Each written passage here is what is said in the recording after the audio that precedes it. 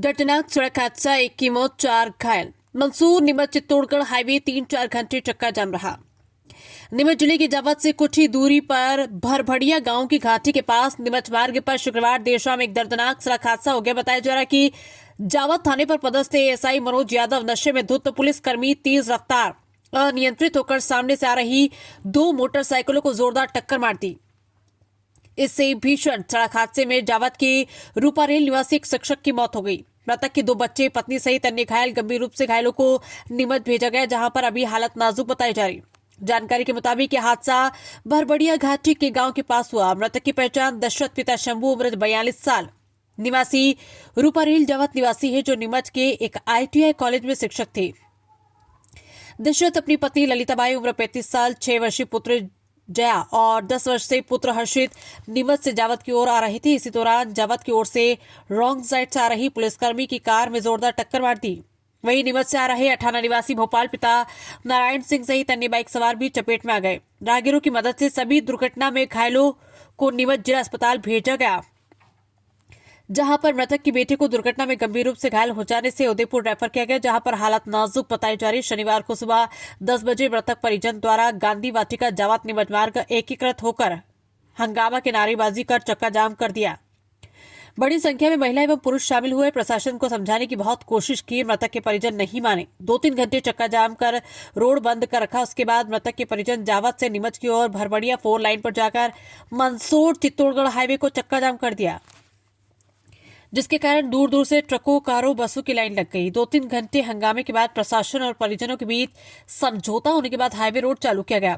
भारी पुलिस बल मौजूद चक्का जाम रोड को खोला गया। परिजनों को प्रशासन की ओर से 50,000 रुपए का चेक दिया गया। वहीं घायल बच्चों का इलाज करने का आश्वासन दिया। शासन की योजनाओं का लाभ देने का आश्वासन दिया गया। बाद में मृतक दशरथ का शव जावत लाया गया।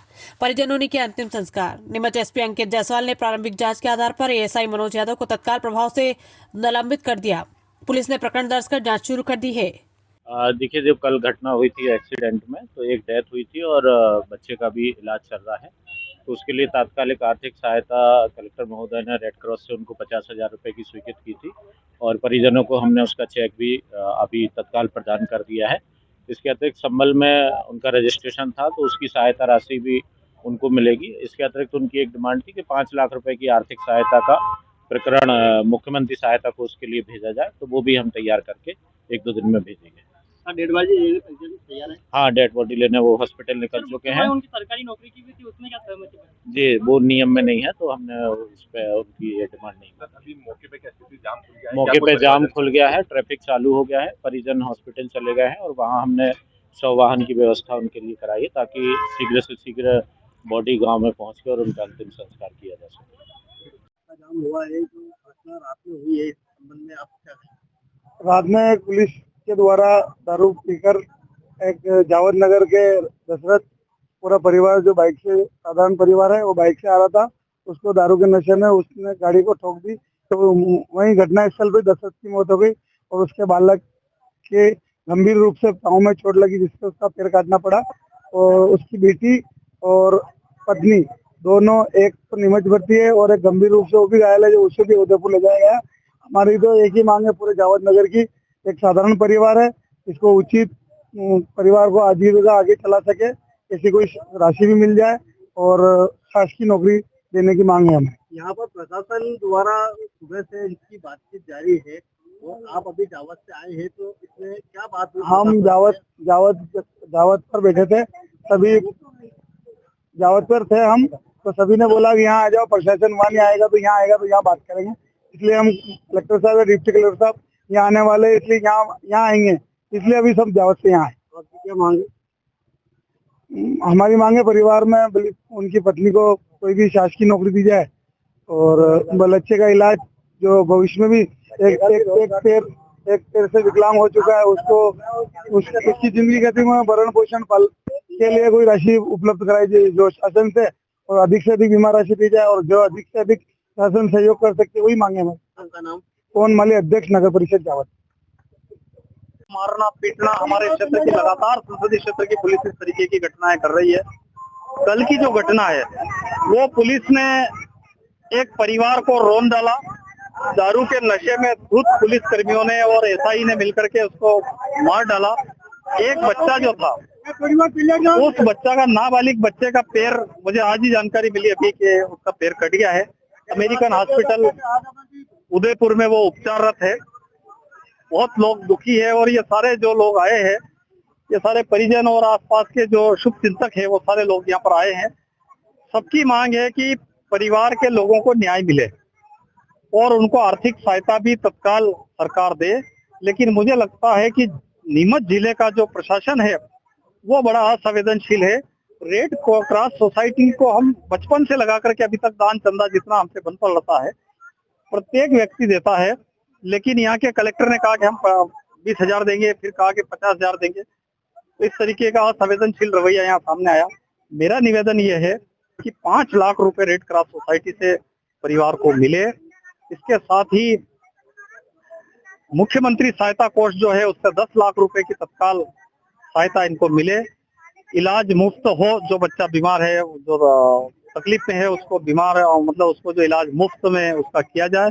परिजन के एक व्यक्ति को, किसी को शासकीय नौकरी में वो तत्काल उनको दे। इन सारी बातों को लेकर के हम लोग यहाँ पर एकत्रित हुए हैं। काफी देर से यहाँ मशक्कत करने के बाद मुझे ऐसा लगता है कि नीमच का प्रशासन ठीक तरीके से काम नहीं कर रहा और अभी तक कलेक्टर महोदय भी नहीं आए। एसडीएम साहब जरूर आए, लेकिन वो बातें मीठी मीठी और लिपापोती के अलावा वो कोई ज्यादा बात कर नहीं पाए। तो तत्काल इन सारे कामों पे काम है।